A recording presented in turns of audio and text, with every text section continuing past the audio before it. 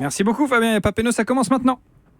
Il n'y a pas Péno sur Europe 1. Arbitré par Thomas Tauroud. Benjamin, j'ai écorché le prénom, pardon Benjamin. Bonjour à tous, bonjour. Bienvenue dans Il n'y a pas Péno, le jeu de foot d'Europe 1 avec quelques règles et beaucoup de mauvaise foi. On est ensemble tous les jours de 17 à 18h pour jouer avec vous et vous faire gagner de très très beaux cadeaux. La compo d'équipe aujourd'hui, la légende Didier Roustan est avec nous. Salut la légende. Salut. Ça va, tout va bien Didier? Tout va bien. Bon, l'incorruptible Anissa est là également. Salut Anissa. Salut Thomas, salut à tous. Et en l'absence de l'ultra d'Il n'y a pas Péno, Julien Cazard qui est parti au Japon cette semaine. Le tonton flingueur de Il n'y a pas Péno est avec nous, c'est Eric Blanc. Salut Eric. Bonjour à tous. Comment et ça à va, tous. Eric? Bonjour les sniffers de la ligne blanche.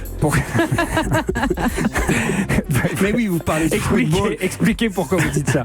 Parce que vous êtes des toxicos du ballon. Donc voilà, pas rien tout à ne fait vous arrête, faux. c'est tous les jours, magnifique émission, voilà, qui est plébiscitée. Je suis arrêté dans la rue et là je remplace El Phénoméno.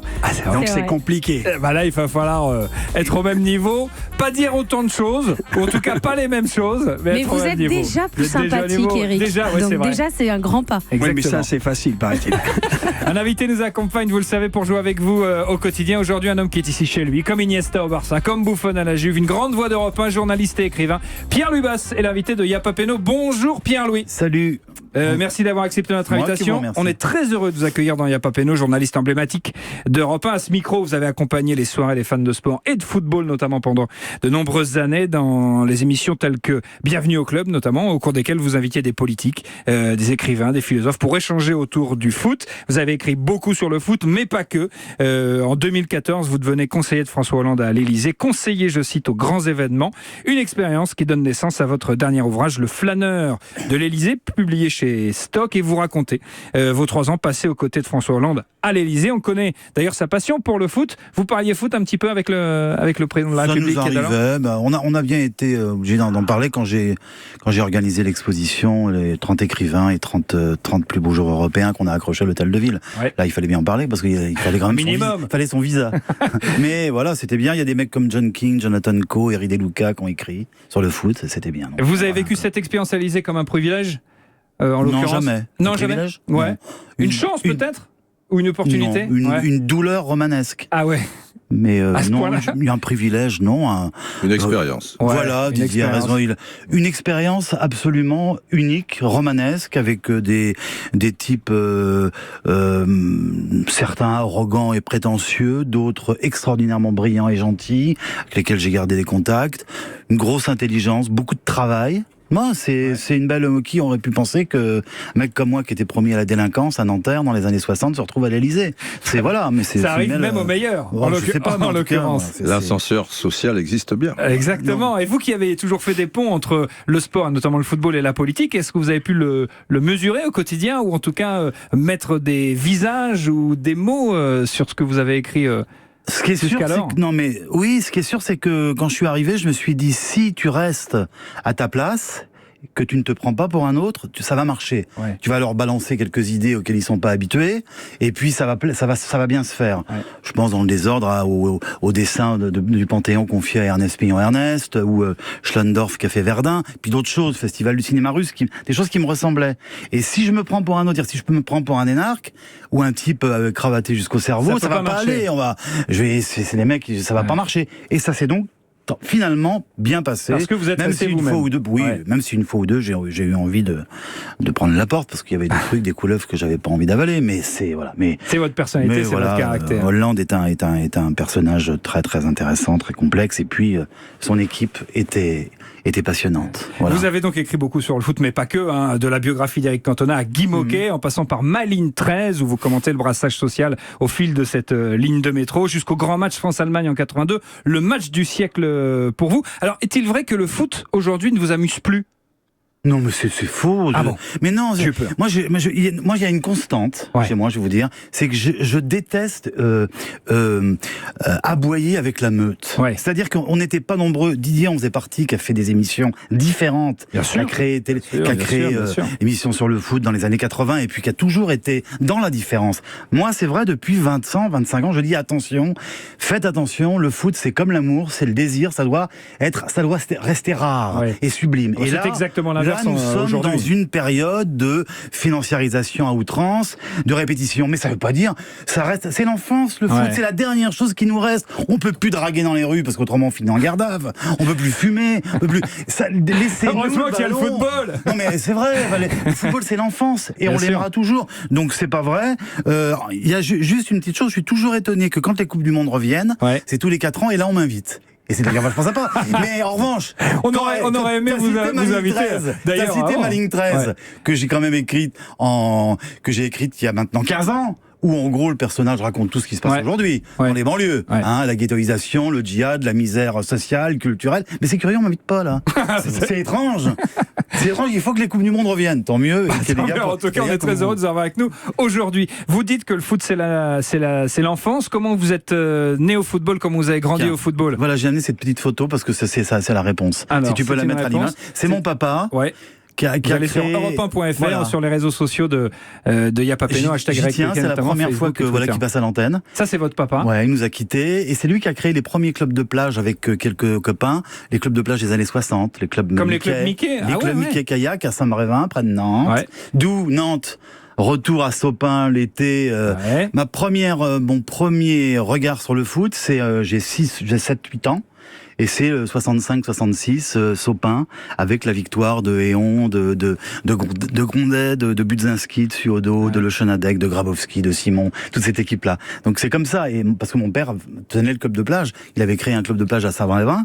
Donc quand on revenait au mois d'août, ou vers Paris ou vers Saint-Brévin, c'était la reprise du championnat. Et on allait donc à Sopin, à Malakoff. Et c'est comme ça que j'ai découvert, je dois dire que, vous savez, pour un enfant, quand il a 7 ans et qu'il monte, à l'époque on disait les pesages, parce qu'à Nantes il y avait les pesages, et tu découvres pour la première fois ce carré vert, c'est extrêmement bouleversant. C'est ce que d'ailleurs le peintre de Stahl essaie de montrer dans ses toiles. C'est bouleversant, c'est la première fois. Et après... C'est jamais parti. Et après, c'est pour la vie, en après, l'occurrence. tu rêves, t'as envie d'être le footballeur, tu rêves des buts. Mon père, il avait un truc formidable en banlieue, parce qu'il était prof de gym en banlieue à Nanterre, et il avait compris, même s'il avait pas d'argent, ça aussi, Didier, vous connaissez ça bien, les moyens qu'il faut donner aux gamins. Il n'y avait pas de filet dans les buts.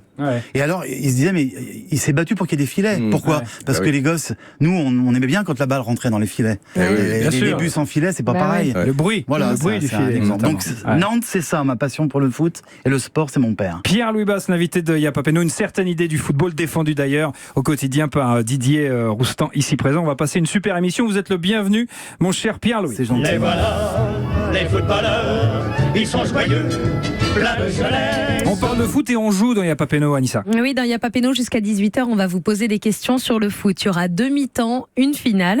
2 auditeurs vont jouer avec nous. Un auditeur va faire équipe avec vous, Pierre-Louis Basse, et l'autre auditeur va jouer avec Didier Roustan. Oui, Didier? Non, je regardais en haut, plaisir de réentendre Pierre-Louis Basse, la voix du foot historique de la station. C'est sur Frédéric Twitter. qui écrit ça sur Twitter, hashtag voilà, donc je montrais ça. C'est vrai. Alors moi, il y a quand même Sacco et avant Choisel. Ouais, mais bon. Voilà. On a fait Il fait partie des voix historiques. On accueille nos auditeurs qui jouent avec nous aujourd'hui, à commencer par Johan. Salut Johan. Bonjour Thomas, bonjour Pierre-Louis, bonjour Anissa, bonjour Eric, et bonjour Didier, mon prénom. Et Didier, vous avez fait le tour. Johan, 36 ans, chauffeur livreur, vous appelez de Caen, supporter de Malherbe qui s'est sauvé ce week-end en arrachant le nul face au Paris Saint-Germain 0-0 et qui sera donc en Ligue 1 la saison prochaine. Fabien est avec nous également. Salut Fabien.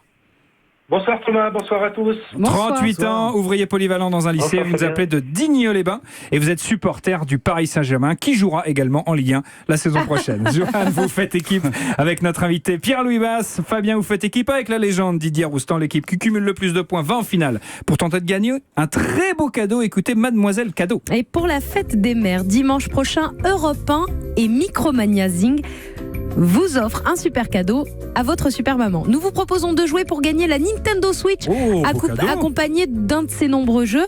La fête des super mamans, c'est en ce moment et en exclusivité chez Micromania Zwing. Retrouvez toutes les infos sur micromania.fr. Micromania Qu'est-ce que tu Zing. as Zing. Tu articules moins bien que Tuchel. Vous dites bien Tourelle. Vous dites bien Tourelle. C'est bien. Oui, tu butes là, tu n'as pas l'air à l'aise. Microzomania, machin, je sais pas. En tout cas, c'est un beau cadeau. Nintendo Switch, une console pour vous à gagner. Super. Moi, je vais pas l'aider, Johan, parce que vous êtes à fond là. Non, vous allez voir. Tous les jours. Non, Pierre-Louis, on va voyager à travers votre football également, vous inquiétez pas. C'est la première mi-temps d'Y'a pas Péné, on va prendre les points les uns après les autres. Alors où on réagit et on y va parce qu'il y a une finale au bout ou vous laissez tomber et vous attendez qu'on jette la pièce en l'air. Exactement. Et dans la première... Non, rien, c'est fabuleux. C'est fabuleux, je revois Jacquet. Ah bah ouais, c'est merveilleux. Dans cette première mi-temps, écoutez bien, on va vous poser des questions. Il y aura 3 propositions de réponse à chaque fois, A, B ou C. Vous pouvez marquer 1 point par question. Les équipes vont jouer chacune leur tour. Et Pierre-Louis, Johan, Didier et Fabien, c'est important, il peut y avoir plusieurs bonnes réponses parfois. On commence avec l'équipe de notre invité, le journaliste et écrivain Pierre-Louis Basse, qui joue donc avec Johan. Pierre-Louis, l'un de vos clubs de cœur, il est rouge. Le rouge du Red Star de Saint-Ouen, club historique du foot français, club de la banlieue parisienne, qui vient de terminer premier du championnat national et qui sera donc de retour en Ligue 2 la saison prochaine. On va voir si vous connaissez bien votre Red Star, mon cher Pierre-Louis. 1967, le Red Star va fusionner avec un club français. Quel est ce club ? Toulouse. Bon bah voilà, le gars connaît son Red Star, on donne quand même les propositions. Dicos Domingue, le milliardaire rouge. Exactement, était-ce Laval ? Oh, c'est bon ça. Trop vite les réponses Oui, parce qu'il y a des trucs, il y a des préparations, des mecs qui ont bossé. Il était dans les Est-ce que c'était éventuellement Toulouse ? Oh pardon. Ah, on la découvre celle-là aussi, elle est bien. Ou est-ce que c'était réponse C, le Parti communiste ? Ça aurait pu. Johan, j'imagine que vous validez la réponse de Pierre-Louis Basse qui a l'air de maîtriser le sujet.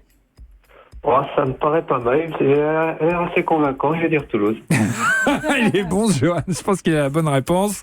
Bien joué Pierre-Louis. Alors c'est une histoire absolument folle. En 67, le Red Star bénéficie d'un coup de pouce totalement inespéré. Le milliardaire rouge, effectivement, c'est le surnom de Jean-Baptiste Doumengue, le président de Toulouse, et en raison de ses liens avec l'Union soviétique, en l'occurrence. Et il entre en conflit avec le maire socialiste de la ville. Il entretient par ailleurs de bonnes relations avec les dirigeants du Red Star, et il va offrir la fusion de son équipe professionnelle avec celle du Red Star. Donc en gros, concrètement, qu'est-ce que ça veut dire ? Les joueurs et les entraîneurs toulousains, ils déménagent au sein du Red Star, rebaptisé Red Star Football Club, qui prend la place de Toulouse en Division 1. Et d'ailleurs, ça provoque évidemment un tollé, et la Fédération française limitera par la suite considérablement les possibilités de fusion entre les clubs. C'est une histoire, mais c'est une histoire incroyable. On n'imagine pas aujourd'hui que ça puisse arriver. Mais Doumengue était incroyable. J'ai eu la chance de l'interviewer une ou deux fois, parce qu'avant Europe, j'étais à Sud Radio. Ouais.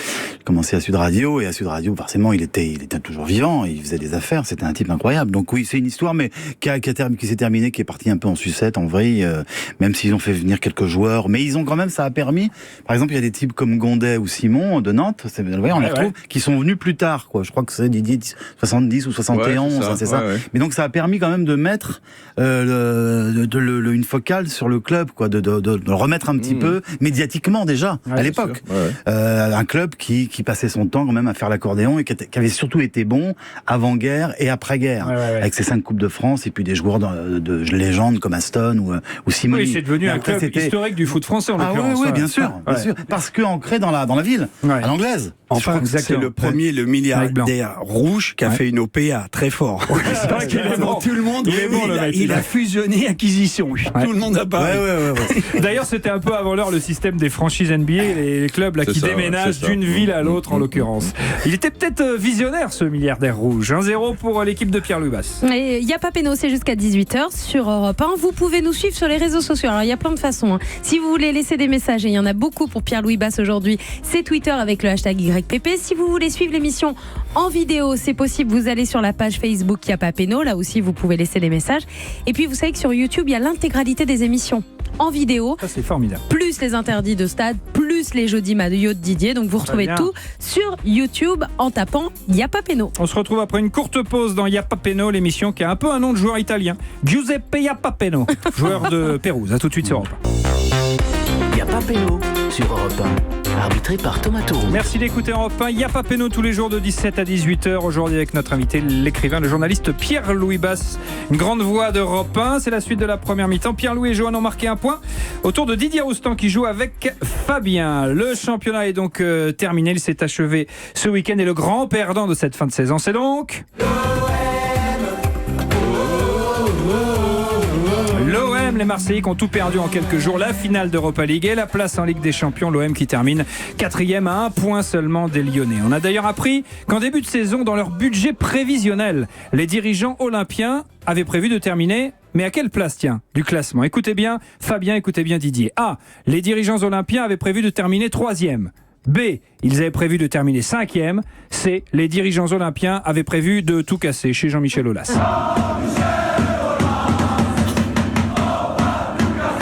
Avez-vous une idée, Fabien? Avez-vous une idée, Didier? Je suis un peu troublé, Fabien, parce que moi, il me semblait qu'ils avaient dit qu'ils voulaient faire au moins mieux que la saison passée.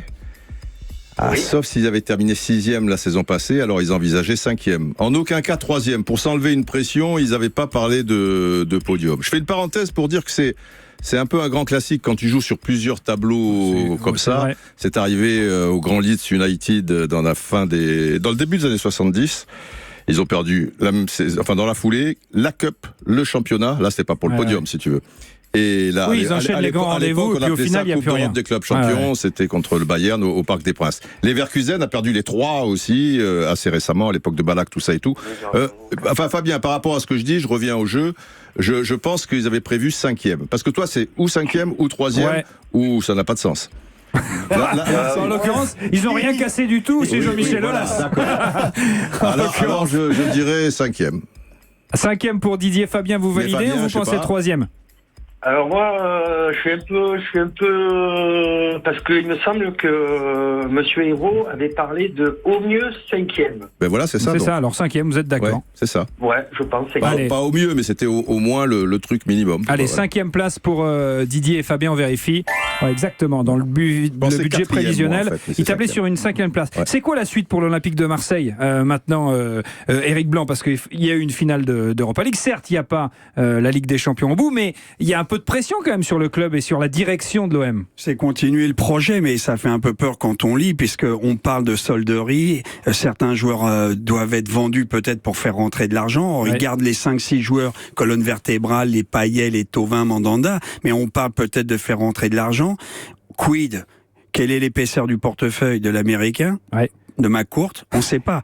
Et donc, c'est une interrogation pour moi. J'attends de voir le mercato et voir s'ils vont toucher des bons joueurs, bien recrutés. Mais il faut se fortifier parce que ça va être encore plus dur l'année prochaine. Et les espoirs... Est-ce qu'ils ont vraiment le choix, en fait? C'est ça la question, Pierre-Louis Basse. Après la saison... Il faut passer devant quand même les instances financières. À un moment donné, faut quand même rassurer, je dirais, les instances de l'UEFA. Mais quand on arrive avec un Champions Project et qu'on parvient, contre toute attente, à se hisser en finale de l'Europa League, on peut plus reculer. Moi, ce que je trouve dommage, Eric a raison de souligner le fait qu'il faut des moyens, c'est que on met la charrue avant les bœufs. C'est-à-dire que n'avons-nous lu et entendu à l'OM avec McCourt sur effectivement les projets, l'OM... il faut une histoire, il faut du temps. Il faut du temps. Combien de tapis il a mis du temps. Vous pouvez dire ça aussi aux dirigeants du Paris Saint-Germain en l'occurrence. Non, mais parce ça marche pareil. Non, mais il faut du temps. Et je trouve que moi, je vais être positif. Je suis pas d'accord pour dire que Marseille a tout perdu. Marseille a retrouvé tout de même, notamment au printemps, un jeu intéressant avec des joueurs, les Luis Gustavo, Thauvin qui s'est éclaté, même Payet que je défends. Je trouve que souvent chez vous à la télévision, l'équipe TV que je suis régulièrement et qui est une très belle émission, on est dur. Un joueur comme Payet, c'est un mec qui peut renverser la vapeur. C'est des joueurs. Je dis pas que c'est des joueurs de génie, mais c'est des joueurs qui échappent à la banalité. Payet en fait partie. Et je trouve que le boulot qui a été fait dès la saison dernière, dès le début de la saison par l'entraîneur de l'OM, avec un effectif qui n'était pas...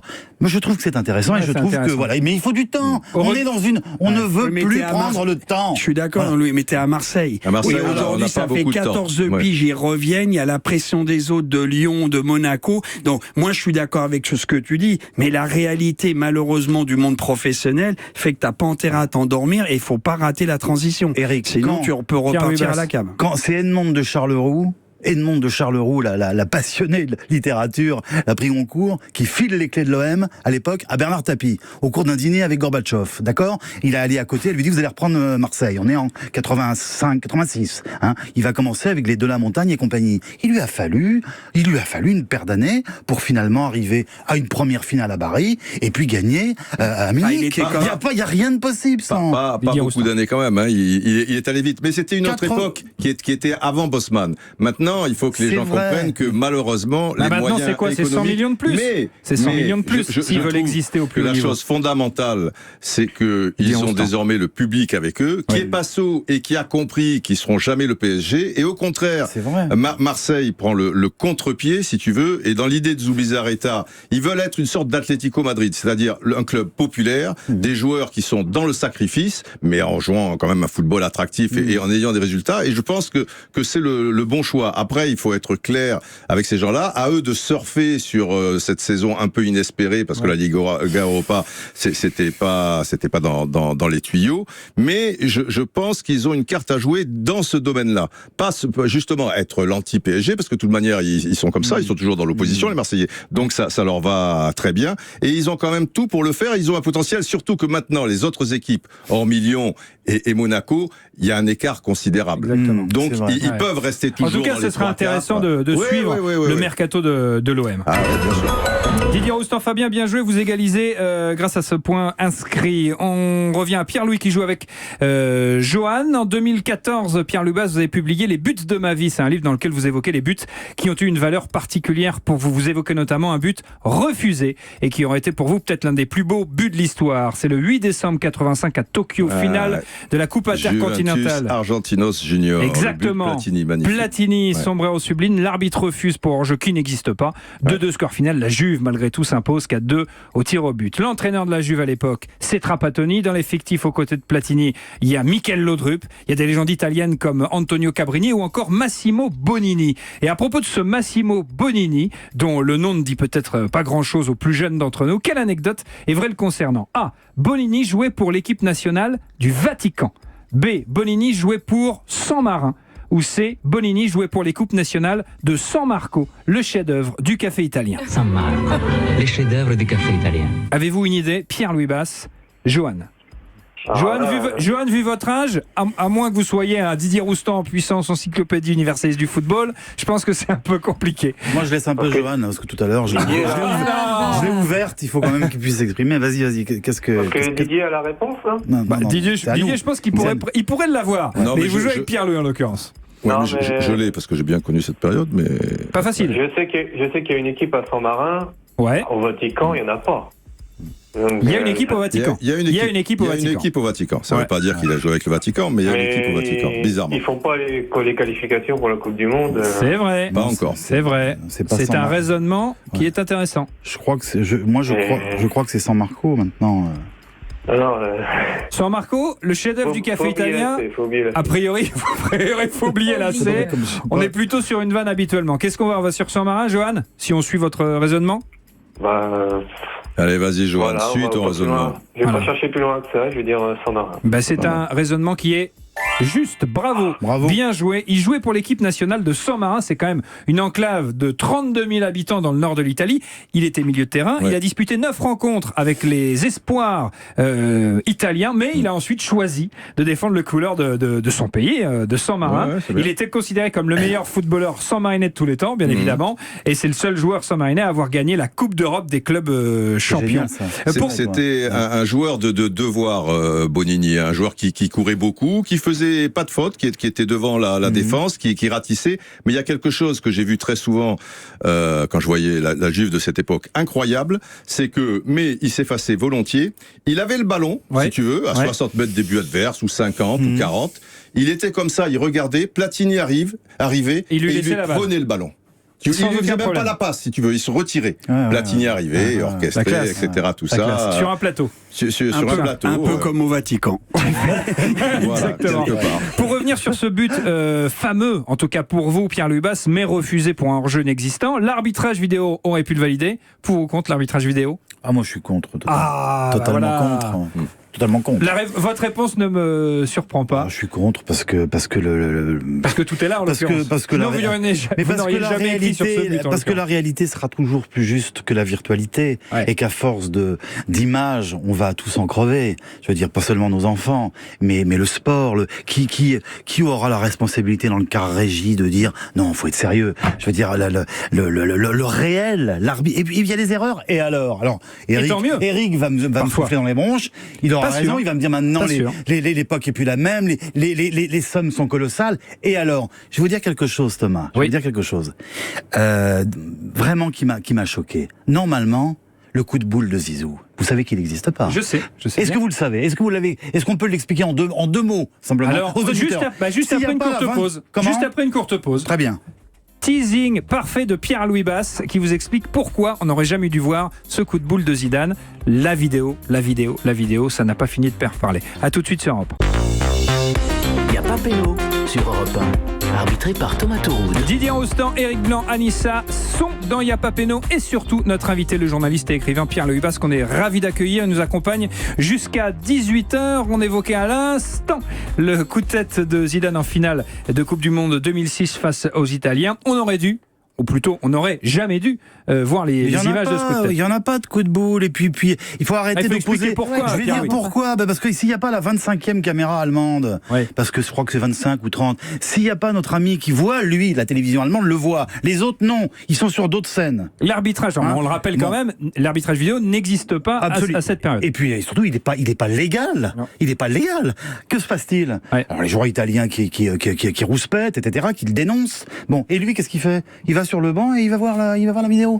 Ce qui est complètement formellement interdit. Quand vous dites lui, vous parlez de l'arbitre. C'est l'arbitre assistant qui le lui dit. Lui, pour l'instant, il a toujours pas reconnu. Il le fera sur son lit de mort, mais il n'a rien vu. Il n'a rien vu. Donc, ça veut dire que pour la première fois dans l'histoire du foot, l'image s'est imposé contre la réalité. Des coups, je ne suis pas en train de défendre le coup de boule en tant que tel. Je dis que des choses comme ça, il s'en passe tous les jours dans des défenses au hand. Ce sont des sports de contact très durs. Moi, je vais te dire quelque chose. Quand je commentais pour Europe des finales de 100 mètres d'athlétisme, je n'ai jamais voulu me sécuriser. Alors, je suis miro, je suis aveugle. Je suis un type aveugle. Et pourtant, je me suis jamais gouré dans les finales de 100 mètres. Pourquoi? Parce que c'était le réel. C'était la réalité que je voulais voir. Fallait travailler ses fiches, mais je voulais voir Linford Christie gagner dans la réalité, pas dans l'image qui écrasait et qui bien souvent trompait le résultat. Vous vouliez dire que vous regardiez la piste et pas forcément votre écran de contrôle, alors que vous étiez loin parfois l'écran de contrôle des trompeurs. D'accord, mais c'est un privilège quand même, 80 000 spectateurs dans le stade. Ok, ils voient la réalité, mais 2 milliards de personnes qui sont où? Derrière la télé. Et qui ont des images. Moi, j'entends souvent les journalistes, ils sont toujours dans les stades, privilégiés de voir l'événement, de vivre, de respirer l'air, le geste et tout, l'engouement, l'ambiance. Puis il y a aussi des mecs qui sont tout seuls chez eux, avec leur bière ou avec des copains ou ailleurs. Ils ont quoi? Que la télé.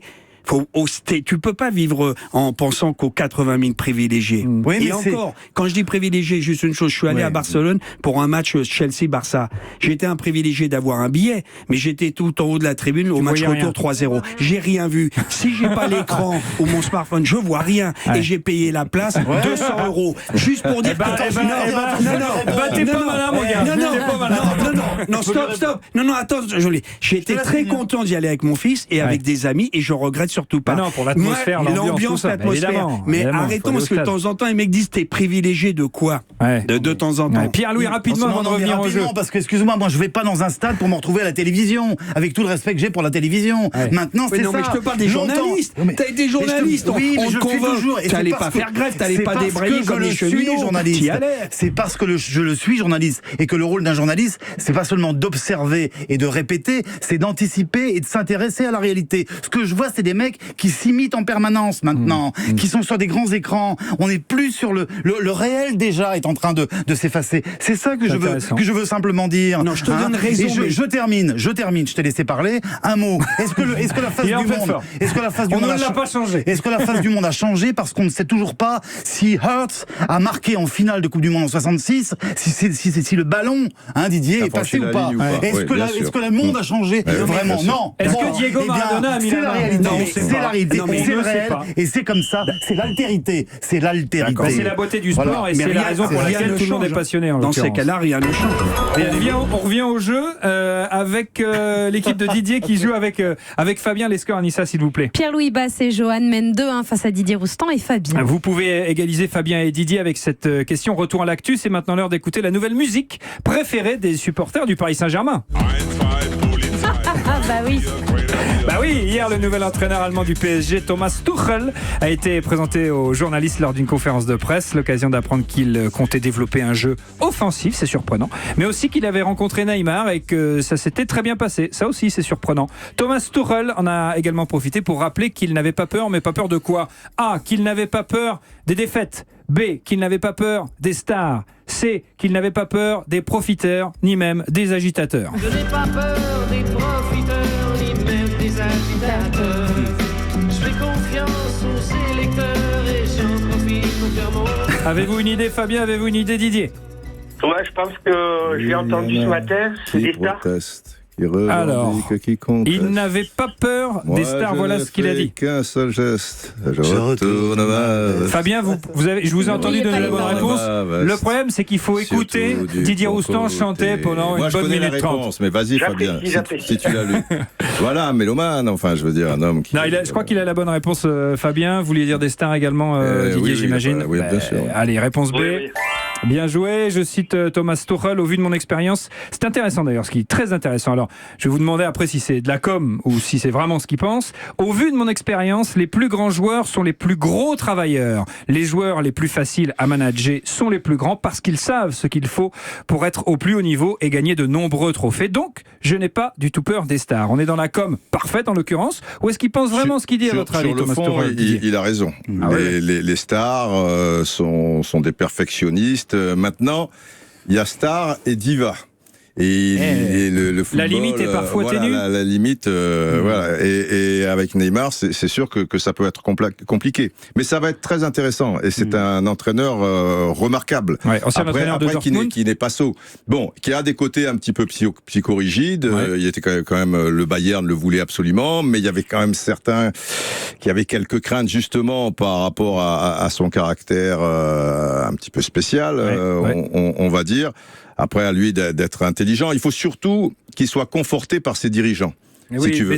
il lui laisse carte blanche. Bien et sûr. là, ça veut dire aussi que quelque part, il a été choisi par l'émir, pas Exact. par le président. Donc par le tout numéro staff. 1 des numéros 1 des numéros 1. Voilà, Par le numéro tout en 1, haut. c'est très bien que Tuchel a cette personnalité. Le gars est pas idiot, tu vois, il dit pas tiens, je vais faire ça par hasard. Et justement, je pense qu'ils ont besoin de quelqu'un qui a cette personnalité, mais qui pourra l'exprimer aussi à partir du moment où, dès qu'un joueur est pas content, il appelle pas Nasser Al-Khelaifi en disant vous vous rendez compte, il m'a fait ça, mais cet entraîneur, il nous empêche de ceci et cela, et que le président, tu vois, comme Aurier qui insulte son entraîneur et finalement et qui rejoue à la contre limite, Manchester City il y a quelques semaines plus voilà. tard. Ouais. Mais si l'émir a fait ce choix-là, sachant Ouais. très bien c'est que il sait très bien aussi que quelque part on a laissé beaucoup trop de pouvoir aux Et de joueurs liberté. au PSG. Donc ça va être intéressant. Peut-être rétablir la force et le poids de l'institution à travers Le ce président Tuchel. préside, l'entraîneur il entraîne et les joueurs ils font. Après il peut y avoir un échange entre les joueurs et l'entraîneur, mais après c'est lui qui a le final cut. Sinon ça Reste à savoir ça si la sert à grève rien. va prendre, mais ça justement ça sera tout l'enjeu, c'est ça mais qui il sera dégage intéressant. quelque chose. Hein. Exact. On dirait un aigle quand même, tu vois, quelque part il a un côté. Alors que vous, on Voilà. dirait un requin. Parce que vous êtes comme un requin, vous ne vous arrêtez jamais. Didier Roustan est comme un... C'est vrai. Expliquez-nous pourquoi. Alors Parce que sinon le requin meurt. Oui, si le requin s'arrête, il meurt. Donc, et vous, comme vous êtes un génie, mais j'ai vous êtes rien tout le d'un temps. requin dans tel Mais qu'on vous avez imagine tout un du génie requin. en l'occurrence. C'est la mi-temps.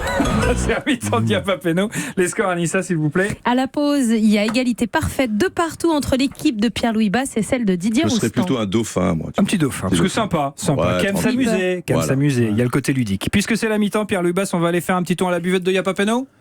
Allons-y. Alors à la buvette de Yapapeno, on boit un coup, on mange un sandwich merguez et on joue au jeu de la buvette. Je vous pose une série de questions sur l'actu foot. À vous de me dire si c'est vrai ou si c'est faux. Tout le monde joue pendant 2 minutes. Même le tonton flingueur Diapapeno, Eric Blanc. Pas de points à marquer. Esprit buvette, on est là pour s'amuser. Première question. Vrai ou faux, l'attaquant français Ousmane Dembélé pourrait manquer la Coupe du Monde? Un peu vrai, non? Eh ben un peu vrai, Ouais. un peu vrai. Il s'est blessé hier soir face à la Real Sociedad Enfin, avec le on Barça. l'a blessé, hein, parce que Oui. le tacle, c'est un tacle comme il existait autrefois dans les années 60-70. Aujourd'hui, heureusement, Au niveau les de attaquants l'épaule. sont relativement protégés. Mais là, c'est un attentat, ouais. Entorse de la cheville droite inquiétante effectivement à quelques semaines du début du mondial. Cette année, Lionel Messi a battu un nouveau record. Vrai ou faux? C'est vrai. 34 buts inscrits cette saison. Il a été élu soulier d'or européen, donc pour la meilleur 5e marqueur. fois consécutivement, c'est le record. Exactement. Ça y est, un 3e Zidane a officiellement joué pour le Real Madrid. Vrai ou faux?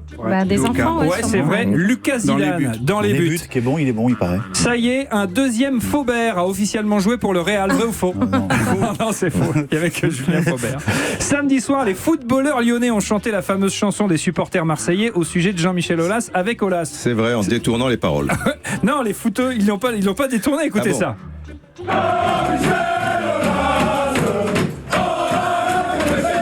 Alors ça, c'est les rugbyman en l'occurrence, donc c'est pas le bon son qui est parti, c'est pas grave. J'aimerais bien le bon son. Ouais. Alors là, on va écouter ce...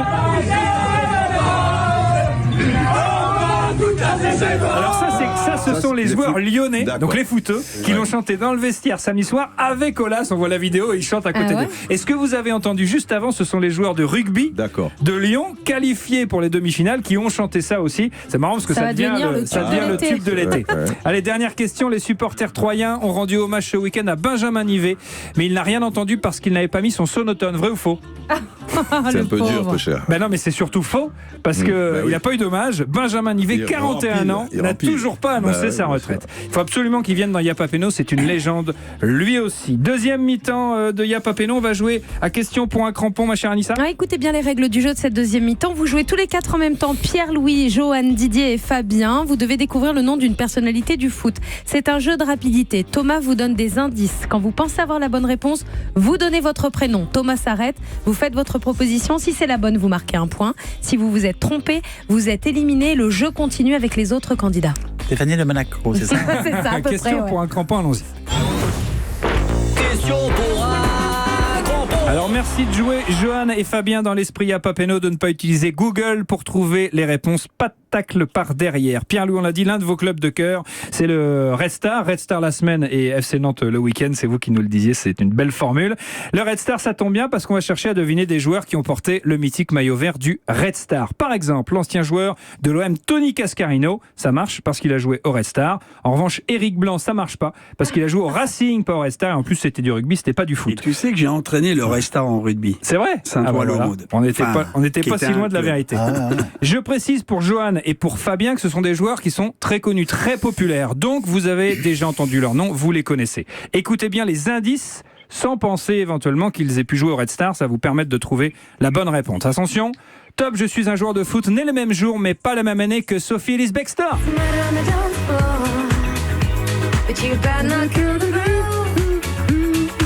Un morceau sur lequel Pierre-Louis Basse pourrait vous faire admirer son légendaire déhanché, mais c'est pas le sujet. Ma carrière de joueur, je l'ai passée en France. Charles Trenet. On n'écoutait que ça à mon époque, ça vous situe un petit peu l'époque à laquelle je jouais. D'ailleurs, en Red Star, mes coéquipiers s'appelaient Roger, Alfred ou André, des prénoms que donnent aujourd'hui les parents bobos à leurs enfants. Quand je raccroche les crampons, qui ressemblaient plutôt à des pâtes au gaz avec des clous en dessous, je deviens entraîneur et je file en Espagne. Faut donner votre prénom, Pierre. Alors le problème, c'est Didier qui a bipé en premier. Elenio Herrera. C'est une bonne réponse. Je suis désolé, Pierre Louis. Elenio Herrera qui a inventé la défense en Italie, le Catenaccio, lorsqu'il a rejoint les clubs italiens. Il a joué au Red Star de 40 à 42. Bonnes réponses pour Didier Rostand sur la rapidité. Avec un football très, très, très spectaculaire. Il s'adaptait un peu à la situation. Et grâce à Didier Rostand et Fabien mènent maintenant 3-2 face à Pierre-Louis Basse et Johan. Question pour un crampon, ça continue dans un instant. Si vous aussi vous voulez participer, jouer avec nous, vous pouvez poster vos réponses. Il y en a quelques-unes sur la page Facebook Yapapeno. Si vous pensez jouer à Question pour un crampon, allez-y. Yapapeno et Twitter avec le hashtag YPP. A tout de suite sur Europe 1. Yapapeno sur Europe 1. Arbitré par Thomas Touroud. Merci d'être avec nous. Yapapeno jusqu'à 18h. Le jeu de foot d'Europe 1 avec quelques règles et beaucoup de mauvaise foi. Pas tant que ça, beaucoup de passion surtout. Aujourd'hui, grâce à notre invité Pierre-Louis Basse qui nous fait le plaisir de nous accompagner jusqu'à 18h. Donc, c'est la deuxième mi-temps de Yapapeno. On joue à question pour un crampon. Anissa, les scores s'il vous plaît. Didier Rostand et Fabien mènent 3-2 face à Pierre-Louis Basse et Johan. L'un des clubs de cœur de notre invité est le Red Star. On cherche des joueurs mythiques qui ont porté le maillot du Red Star. On a déjà trouvé Elenio Herrera, joueur de légende. entraîneur de légende puisqu'il a inventé le catenaccio notamment. Johan et Pierre-Louis, il faut marquer maintenant. Attention, top, je suis un joueur de foot né le même jour mais pas la même année que Richard Gere, l'acteur mondialement connu pour son rôle dans Pretty Woman. Sauf que moi, il y a peu de chances que je finisse avec Julien Roberts. Comme vous le savez, j'ai joué au Red Star, ça a duré 1 an, et cette année-là, à mes côtés, il y avait Jean-François Lemasson. Alors non, Lemasson n'était pas portugais, cela dit, il était quand même gardien. Durant ma carrière, j'ai réussi l'exploit de perdre 2 finales de Coupe Intertoto. Et oui, même les coupes dont personne ne veut, j'arrive à les perdre. J'ai également joué à Saint-Étienne et à Toulouse, mais la majorité... Oui, Didier ?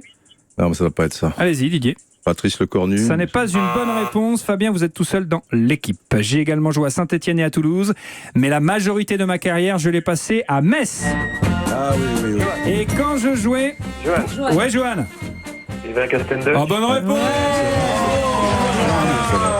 Castendeuch est passé au Red Star. Ça, c'est joli. Il a joué au Red Star lors de la saison 84-85. Il a également joué donc à Metz très longtemps, légende du FC Metz, joueur emblématique. Il a joué à Saint-Étienne, il a joué à Toulouse. Vous égalisez. Ouais, Johan. ça fait 3 partout entre Pierre-Louis Basse et Didier Roustan. On est sur un crampon en or, monsieur Basse. Écoutez bien, tout peut se jouer maintenant. Top, je suis un joueur né le même jour, mais pas la même année que Brigitte Macron. Parce que c'est notre projet. Alors en l'occurrence, c'était pas notre projet, c'était surtout notre prof de français. Je fais mes débuts en France au Paris Saint-Germain. À l'époque, on y côtoie Didier Toffolo, qui n'a rien à voir avec Didier Tolo, ou encore Franck Tanasi, qui n'a rien à voir avec l'euthanasie, ni avec Skunk Anansi d'ailleurs. Durant 9 ans, je claque des buts, presque autant de passes D, et puis aussi un peu des dents, parce que les hivers à Paris, c'est quand même pas toujours facile. Pourtant, je ne suis pas brésilien. En 91, je choisis le Red Star, mais avec 3 buts en 20 matchs, on peut dire que... Rideau, le pape met fin à sa carrière. À partir de 94, je deviens entraîneur en passant par des clubs comme Istanbul Sport, Konya Sport, Rizesport ou encore, oui Pierre-Louis Basse, Mboma. Ça n'est pas une bonne réponse. Johan, vous êtes seul dans l'équipe, vous pouvez encore répondre. Istanbul Sport, Konya Sport, Rizesport ou encore Evian Tonon Gaillard, cherchez l'intrus. Bien joué. Ouais Fabien. Comment il s'appelle? Vas-y, dernière chance Fabien. Après c'est fini. Je l'ai sur le bout de la langue. Eh ben il faut le dire maintenant parce que sinon c'est trop tard. C'est trop tard, je suis désolé. Donc, Istanbul Sport. Ouais, Didier. Souzic. Bonne réponse. Merci Didier. Bravo Didier. Il est là, le champion. La légende a encore parlé. Fabien, c'est le joueur que vous vouliez dire? Honnêtement. Pas du tout. Ah d'accord. Non, mais moi, je suis Au pas- moins il est honnête. Quand même, je veux pas être de mauvaise foi, mais tout de même, parce Quoi que très honnêtement, j'y ai pensé dans la Ouais. première vague. Ouais. Et tu nous dis les hivers à Paris, mais Souzic, il a eu l'habitude. quand même, il a eu justement, l'habitude mais- d'avoir froid dans sa Mais vie. si Ça c'est de la, fait- alors ça c'est de la mauvaise foi ça. Ouais. Et j'ai dit il est Attends. pas brésilien. Ouais. Mais on peut quand même dire que Non, mais à enfin, Paris, moi, il je avait froid. reconnais. Bon. Ah, je pensais qu'il n'y aurait pas de mauvaise foi, mais en fait, il y en a. Fabien est qualifié pour la Oh, finale de putain, ça Yapapeno. Et on remercie et on applaudit Johan pour sa participation parce qu'il a fait une belle partie là, notamment Bravo, trouvé Johan. Castendeuch. Bien joué Johan. Un petit cadeau pour toi, écoute bien. Cette semaine, Clarins et Europe 1 offrent des surprises beauté pour toutes les mamans à l'occasion de la fête des mères. C'est ce dimanche, je vous le rappelle, la fête des mères. Nous vous offrons un pack de produits de beauté Clarins. Allez, c'est pack chouette. de produits beauté Clarins, la classe. Très Tu sais qu'au Red Le Star beau sont cadeau, passés Johan. des joueurs, moi je pensais à ça, mais peut-être c'était trop dur, comme Roger Magnusson, comme Nestor Combin, Nestor enfin je veux dire, Combin. c'était des joueurs incroyables. Il y a eu des grands Des joueurs. grands joueurs. Bah, Gondet. Gondé, Simon, Salut comme Johan, tu à bientôt. disais, 39-21 pour jouer à Yapapeno. C'est Salut vieux. champion. Et Fabien, la finale dans un instant, à tout de suite.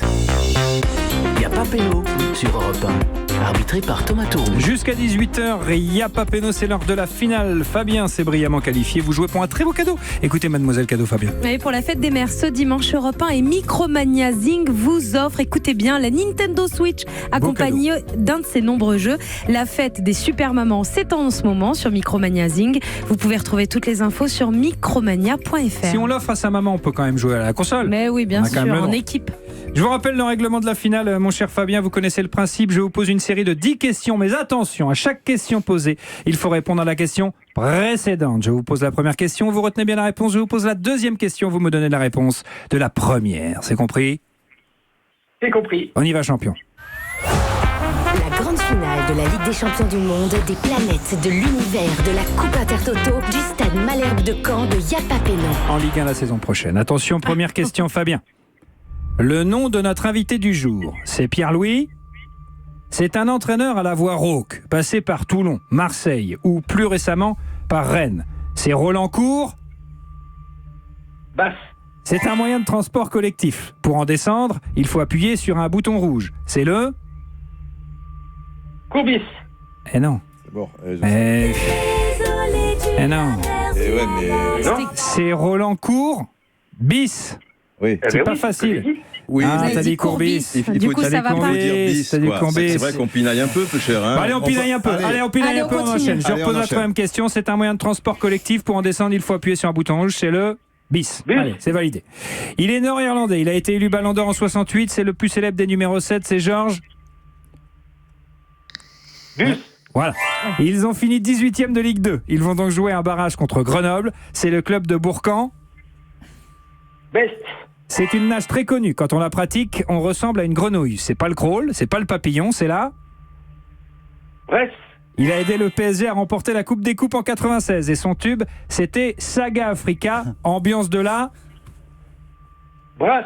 Il a une moustache et son pote s'appelle Luigi. C'est Super Mario. Noah. Pardon? Brousse. Ah non, non, là, ambiance qu'est-ce de la que- brousse. Ah non, non. Ah ouais, non. ouais, ça Là, on peut Ambiance pas. de la brousse, c'est Là, on de peut la... pas. Les petits vont me tuer. Ah non, là, je suis désolé, Ah, les petits, je suis désolé, vous voulez la Fabien. Nintendo. C'était Saga Africa, ambiance de la brousse. Eh oui, il y avait C'était du pas ambiance de la Brest, noix. du Brest, du Brousse, Ah du ouais, machin. là je suis Eh, désolé, on n'a pas pu sauver là. Et même avec l'arbitrage vidéo d'Eric Je vais me Blanc, faire là, je suis tuer. désolé, je vais me faire tuer. Par les enfants. Les petits vont me tuer. Eh ben, faut sortir le carnet de chèques, il faut aller acheter la Nintendo Switch, hein, mon Fabien. Si vous êtes un bon papa, vous êtes obligé de faire ça. Bon, et quand même, on vous offre des produits pour votre femme. Ou alors vos enfants pack de vont produits vous beauté fâcher, Clarins. mais votre femme va être contente Voilà. puisqu'on vous offre à l'occasion de la fête des mères avec Clarins un pack de produits beauté Clarins. Ça, c'est C'est chouette. bien quand même. Ah ouais, c'est super. Merci quand même. Hein, Vous allez avoir la cote. Vous allez avoir la cote, Fabien. Vous inquiétez pas. Allez, à bientôt sur Europe 1. Merci d'avoir joué avec nous, mon cher Fabien. Si vous aussi voulez jouer à Yapapéno, c'est très simple. Vous appelez au standard d'Europe 1 au 39 21 50 centimes la minute. On est ravis d'avoir été pendant une heure avec Pierre Lubas. Merci beaucoup, Pierre-Louis. C'est moi, c'était vraiment, c'est super voilà, émouvant de refaire de la radio et je voudrais juste dire un mot, vous n'êtes pas mort. Pour ceux et celles qui s'imaginent qu'Europe 1, qui est une radio Loin de là. incontournable, Still vous alive. serez de nouveau devant très très vite. Ah, Vous merci verrez. beaucoup, Vous verrez. Pierre-Louis. Merci Avec beaucoup. des Pierre Lubas, votre dernier ouvrage, Le Flâneur de l'Élysée, publié chez Stock et sur la chaîne L'Équipe à partir du 14 juin, Peut-être, pendant ou le mondial. On remercie tout le monde, sans oublier Samuel Boutal et Didier Timothée. Nous, on se retrouve demain dans Yapapéno à 17h avec Philippe Corti pour une émission géniale, émission spéciale foot et musique. On va faire du Oh blind là test. là. On va se régaler. Didier Rendez-vous va demain, chanter. 17h sur Europe 1. Merci encore, Pierre Louis Basse. Merci à vous.